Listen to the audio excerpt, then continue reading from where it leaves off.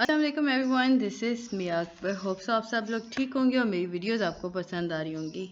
आज हम लोग EDU 4 और 6 का लेसन नंबर 2 करने जा रहे हैं। लेसन 1 कंप्लीट हो चुका है। उम्मीद है कि आपको हर चीज़ क्लियर हो चुकी होगी। तो चलिए अपनी वीडियो करते हैं स्टार्ट। लेसन नंबर 2 में हमारे पास आता है definition and type of reflection. Reflective practice जो है ये इंटरप्रिटेशंस होती हैं। लाइक इसमें अगर इसकी डेफिनेशन की तरफ जाएं तो इसकी डेफिनेशन स्टार्ट होगी टेक्निकल से और ये एंड होती है होलिस्टिक अप्रोच तक, यानी कि इसमें हर तरह की आपको डेफिनेशंस मिल जाएंगी। क्वेश्चन आपके पास आता है व्हाट इज़ रिफ्लेक्शन। हम इसे अक्सर सोचते हैं, जो कुछ हमने देखा, जो कुछ हम मतलब आप यूँ कर लो कि most of us will probably think of what we see when we look in mirror. बहुत सारे लोग जब आईना देखते हैं तो कुछ ना कुछ सोच रहे होते हैं, तो इन मोस्ट क्वेश्चंस के आंसर दे रहे होते हैं। लाइक मैं खूबसूरत दिख रहा हूँ, मेरी आंखें बड़ी हैं, मेरी आंखें छोटी हैं, समथिंग लाइक दैट। और ऑक्सफोर्ड डिक्शनरी के अंदर जो डेफिनेशन हमें मिलती है रिफ्लेक्शन की वो सिमिलर है। लाइक इसमें कुछ थोड़ा सा इसमें माइनर सा डिफरेंस है, लाइक सीरियस थॉट और कंसिडरेशन इसमें ऐड की गई थी ऑक्सफोर्ड के अंदर। अदरवाइज रिफ्लेक्शन को डिफाइन किया गया था कि what we see when we look in a mirror. But Oxford dictionary के अंदर अगर हम देखें तो सीरियस थॉट्स और कंसिडरेशंस आ गई। तो उसमें सजेस्ट कुछ इस तरह किया गया था कि जब हम देखते हैं, हम सोचते हैं किसी भी चीज़ को, मतलब किसी भी चीज़ की सरफेस को जब आप देख रहे होते हैं, हम उसके बारे में सोच रहे होते हैं, हम डीपर सोचते हैं, बहुत ज़्यादा थॉटफुल रिफ्लेक्शंस दे रहे होते हैं। और ये हमारे पास कीज़ होती हैं रिफ्लेक्टिव प्रैक्टिस की। प्रॉपर इसकी अगर हम डेफिनेशन देखेंगे तो हमारे पास आएगी, मैंने 2-3 डेफिनेशंस की, आपको जो याद होती है आप वो कर लें। रिफ्लेक्शन जो है वो ह्यूमन एक्टिविटी है, ये काफ़ी इंपॉर्टेंट ह्यूमन एक्टिविटी है जिसके अंदर वो रिकैप्चर करता है अपने एक्सपीरियंस को, अपने बारे में सोचता है। यूँ समझ लें कि वो खुद को एवलेट कर रहा होता है। हम इसे कह सकते हैं कि it is this working with experience, जो कि लर्निंग के लिए बहुत इंपॉर्टेंट है। तो प्रॉपर अगर इसकी वर्डिंग देखेंगे तो हम कहेंगे कि reflection is an important human activity in which people recapture their experience, think about it, mull over and evaluate it. Is this working with experience that is important in learning. इसी तरह हमारे पास जी जॉन डेवी की definition आती है। Dewey के नज़दीक routine action with reflective actions को उसने कहा कि ये रिफ्लेक्टिव एक्टिविटी है। According to Dewey, routine action जो हैं वो गाइड करते हैं किसी भी फैक्टर्स को लेकर, लाइक सच एज ट्रेडिशंस हो गए, हैबिट्स हो गए, अथॉरिटीज़ हो गई, इंस्ट्रक्शनल डेफिनेशन और एक्सपेक्टेशंस हो गई। इस तरह उसने बताया कि स्टैटिक इम्प्लीकेशन इसकी जो होती है वो रिलेटिवली स्टैटिक होती है और अनरिस्पॉन्सिव होता है किसी भी सर्कमस्टांसिस की चेंजेस को लेकर। देन आपके पास एक और डेफिनेशन आती है। अब यहाँ पे थोड़ा हमने कहा कि क्रॉयले एंड हिलर इन्होंने डेवलप किया था आइडिया ऑफ रिफ्लेक्शन, जिसके अंदर उन्होंने पर्पल स्ट्रक्चर के बारे में बात की थी, लेकिन यहाँ पे टर्म यूज़ की थी क्रिटिकल रिफ्लेक्शन। उन्होंने कहा कि विदाउट क्रिटिकल रिफ्लेक्शन टीचिंग जो होती है वो बेस्ट अनइनफॉर्म्ड होती है, इट्स अ वर्स्ट इन्फेक्टिव होता है। लाइक इसमें हम कह सकते हैं कि without critical reflection teaching method में आप बेहतरीन ला सकते हैं, आप बेहतरीन टीचर नहीं बन सकते। अब अगर हम मेन रीज़न देखें क्रिटिकल रिफ्लेक्शंस की, तो आपके दिमाग में क्वेश्चन आता है कि we can question our routine, हम अपने बारे में बात कर सकते हैं, हम पूरे दिन की रूटीन के बारे में क्वेश्चन कर सकते हैं, अपने आप से हम क्वेश्चन करते हैं, हम चैलेंजेस देखते हैं जो हमें फेस करने पड़ रहे हैं और फिर हम उनके डीपर थॉट्स के अकॉर्डिंग बात करते हैं। नेक्स्ट आपको कहा गया था कि रिफ्लेक्शन एंड एक्शन जो होता है वो कंसर्न करता है थिंकिंग को अबाउट समथिंग विजल। लाइक इसमें हम कह सकते हैं जो कि हम ऐसी चीज़ को सोचते हैं जो हमें रोज़ इंगेज करती है। इसमें हम अपनी फीलिंग्स को लेके चलते हैं, हम अपने प्रैक्टिसिंग को देख के चल रहे होते हैं। टाइप ऑफ रिफ्लेक्शन आपके पास आता है, सबसे पहले जो है वो सुपरफिशियल है, यानी डिस्क्रिप्टिव रिफ्लेक्शन। ये रिफ्लेक्शन का एक वेरी बेसिक मतलब आप कह सकते हो कि reflection at this level is very basic. हम यहाँ पे आके ये नहीं कह सकते कि इट्स रिफ्लेक्शन एट ऑल, तो इसके लिए हमें ज़्यादा डिस्क्रिप्शन की ज़रूरत होती है। सो हम कहते हैं कि इस सुपरफिशियल के अंदर हम डिस्क्रिप्टिव रिफ्लेक्शन की तरफ जाते हैं। और ये रिफ्लेक्शन जो होती है ये सुपरफिशियल लेवल पर होती है। इसमें हम रेफरेंस की बात करते हैं, हम अपने एग्जिस्टिंग नॉलेज को बेस बनाते हैं, इसमें हम थ्योरीज को देखते हैं और फिर उन्हें क्रिटिक करते हैं। लाइक आपके पास मीडियम आता है, मीडियम सेकंड स्टेज है, इसमें डायलॉजिक रिफ्लेक्शन हो रही होती है। इस रिफ्लेक्शन के अंदर जो इंसान जो होता है वो स्टेप बैक जाता है और वो देखता है कि क्या हुआ था और फिर उन चीज़ों के बारे में सोचता है, उनके बारे में फील करता है, अज्यूम करता है, फिर उस प्रॉब्लम को सॉल्व करता है। थर्ड है आपके पास deep equal to critical reflection.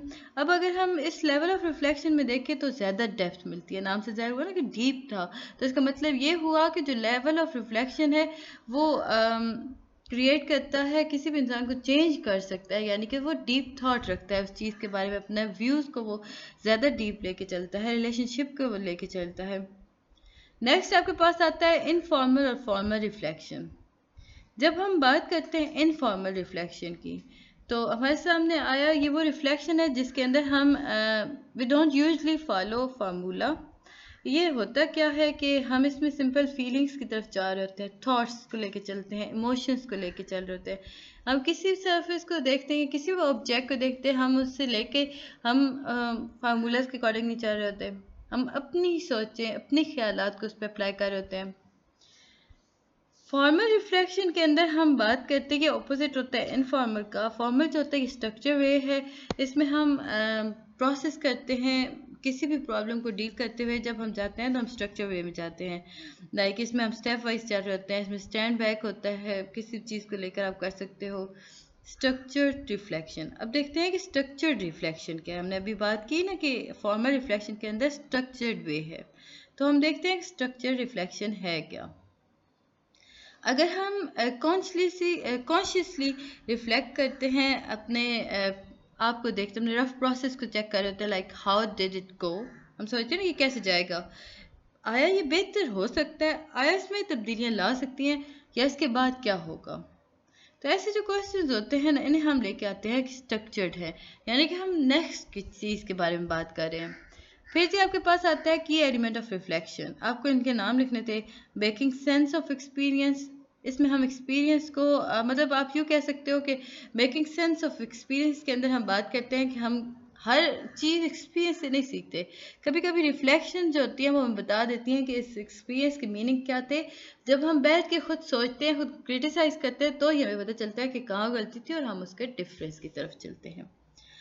Then standing back आ गया, फोर्थ रेपिटिशंस आ गई, फोर्थ डीपर ऑनेस्टी आ गई, यानी कि स्टीयरिंग आफ्टर ट्रूथ, ये रिफ्लेक्शन इसमें एसोसिएट कर रही होती है। फिर वेइंग अप, ये वेइंग अप जो होता है इसमें हम एवेलुएट करते हैं, किसी चीज़ को भी हम केयरफुली कंसिडर कर रहे होते हैं, लाइक हम इसमें बैलेंस इन जजमेंट हो रहे होते हैं। क्लैरिटी, रिफ्लेक्शन यहाँ पे आके ग्रेटर क्लैरिटी की तरफ चली जाती है। इसके अंदर हम प्लानिंग कर रहे होते हैं, हम अपनी रिव्यू कर रहे होते हैं एक्टिविटीज़ को। देन अंडरस्टैंड है, कोई से भी आपको 5-6 आने चाहिए। अंडरस्टैंड यानी कि इसमें डीपर लेवल चल रहा होता है। मेकिंग जजमेंट, जब रिफ्लेक्शन किसी एलिमेंट को लेके चलती है हम इसमें क्या करते हैं, हम कंक्लूजन ड्रॉ करते हैं ताकि हम फर्दर मूव कर सकें। ये था जी आपका लेक्चर नंबर 2। जल्दी से लेक्चर नंबर 3 को भी देख लेते हैं क्योंकि ये हार्डली आपकी 5 to 8 मिनट की वीडियो बनी है। उम्मीद है कि आपको समझ आ रहा होगा। काइंडली मेरे चैनल को लाइक और सब्सक्राइब ज़रूर कर दीजिएगा। वीडियो पसंद आती है तो कमेंट भी किया करें। लेक्चर नंबर 3 है प्रोसेस ऑफ रिफ्लेक्शन, और लाइक बटन को भी प्रेस किया करें। आप लोग तो बगैर लाइक बटन के कर रहे होते हो। Reflection consist of thinking critical, यानी कि कहा ये क्या कि रिफ्लेक्शन जो होती है जब हम किसी चीज़ को, किसी एक्सपीरियंस को क्रिटिकली सोच रहे होते हैं, हम उससे लर्न कर रहे होते हैं, तो जो प्रोसेस इन्वॉल्व होता है वो ये होता है कि सबसे पहले हम एक्सप्लोर करते हैं उस एक्सपीरियंस को इन टर्म ऑफ फीलिंग, फिर हम प्रोसेस करते हैं सिग्निफिकेंट फीचर्स को, हम न्यू सॉल्यूशंस ढूंढते हैं डायमास का। आप कह सकते हो कि इसमें हम मुख्तलिफ प्रोसेस करते हैं टूल को ताकि डेवलप कर सके फ्यूचर क्लिनिकल प्रैक्टिसेस को। इसे हम ब्रोक डाउन करते हैं 5 स्टेजेस। अब फर्दर हम 5 स्टेजेस की तरफ जाएंगे। अब जी हमारे पास कुछ एक्टिविटीज़ ऐसी हैं जो टीचर को करनी चाहिए ताकि वो ज़्यादा से ज़्यादा अचीव कर सके रिफ्लेक्टिव पर्सपेक्टिव या पर्सपेक्टिव को देखकर। Develop self awareness of taking time, teacher को पता होना चाहिए कि टाइम को किस यूटिलाइज करना है। Critical events on regular basis को रिफ्लेक्ट करना चाहिए, मतलब इंटेग्रल टू थिंकिंग होना चाहिए। प्रैक्टिस न्यू स्किल करने चाहिए। Learn from feedback from supervisors होना चाहिए। डिस्कस इनफॉर्मली करना चाहिए अपने एक्सपीरियंसेस को। नेक्स्ट आपके पास आता है रिफ्लेक्शन और रिफ्लेक्सिविटी। अब टीचर जो होती है वो रिफ्लेक्टिव होती है अपने रिफ्लेक्टिव प्रैक्टिस को लेकर। फॉर एग्जांपल अगर मैं इस बात को कहूँ कि टीचर जो होती है वो, अब कह सकते हो कि जब वो खुद को रिफ्लेक्टिव प्रैक्टिस करती है खुद पर, तो वो क्या करेगी, वो इनवाइबली, क्या आप यूँ कह लो कि हम ये कह सकते हैं कि टीचर जो होती है वो भी इंसान, और इंसान मुकम्मल तौर पे अच्छा नहीं होता। तो वो क्या होता है कि वो जो खामियां उसके अंदर आ रही होती है ना, वो उसमें क्रिटिकली उन्हें लेके चलती है, तो वो हर खामी पे कंट्रोल हासिल कर सकती है।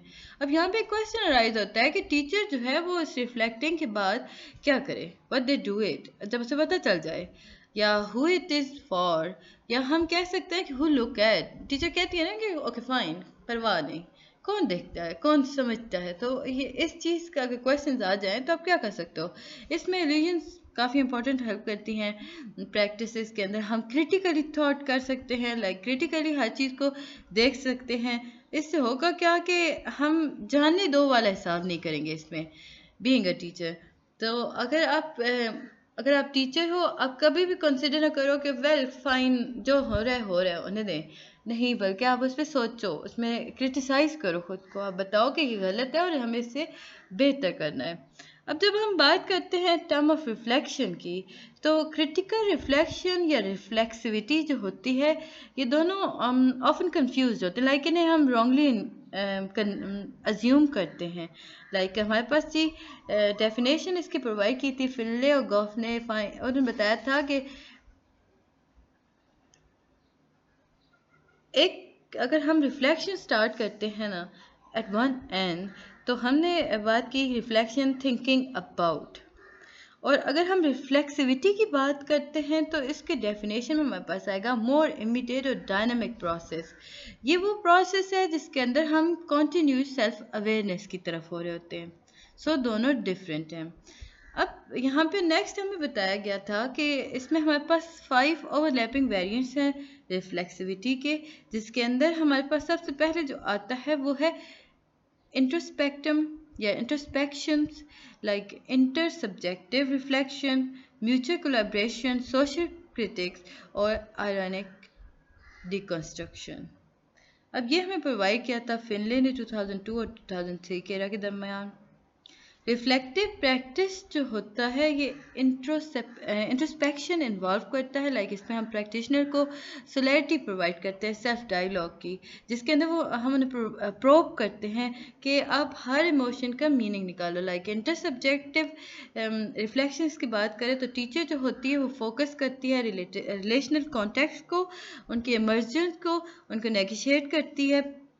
अब ये नेगोशिएट कैसे कर रही होगी, वो प्रैक्टिस कर रही होगी, और प्रैक्टिस करने के बाद हर प्रॉब्लम को इनकाउंटर कर रही होगी। नेक्स्ट आपके पास इंपॉर्टेंट आता है जी लर्निंग थ्रू रिफ्लेक्शन।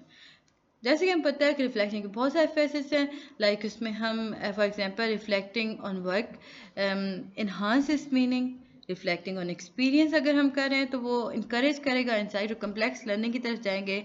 हम फोस्टर कर सकते हैं अपनी ग्रोथ को, हम कंट्रोल कर सकते हैं अपनी लर्निंग को।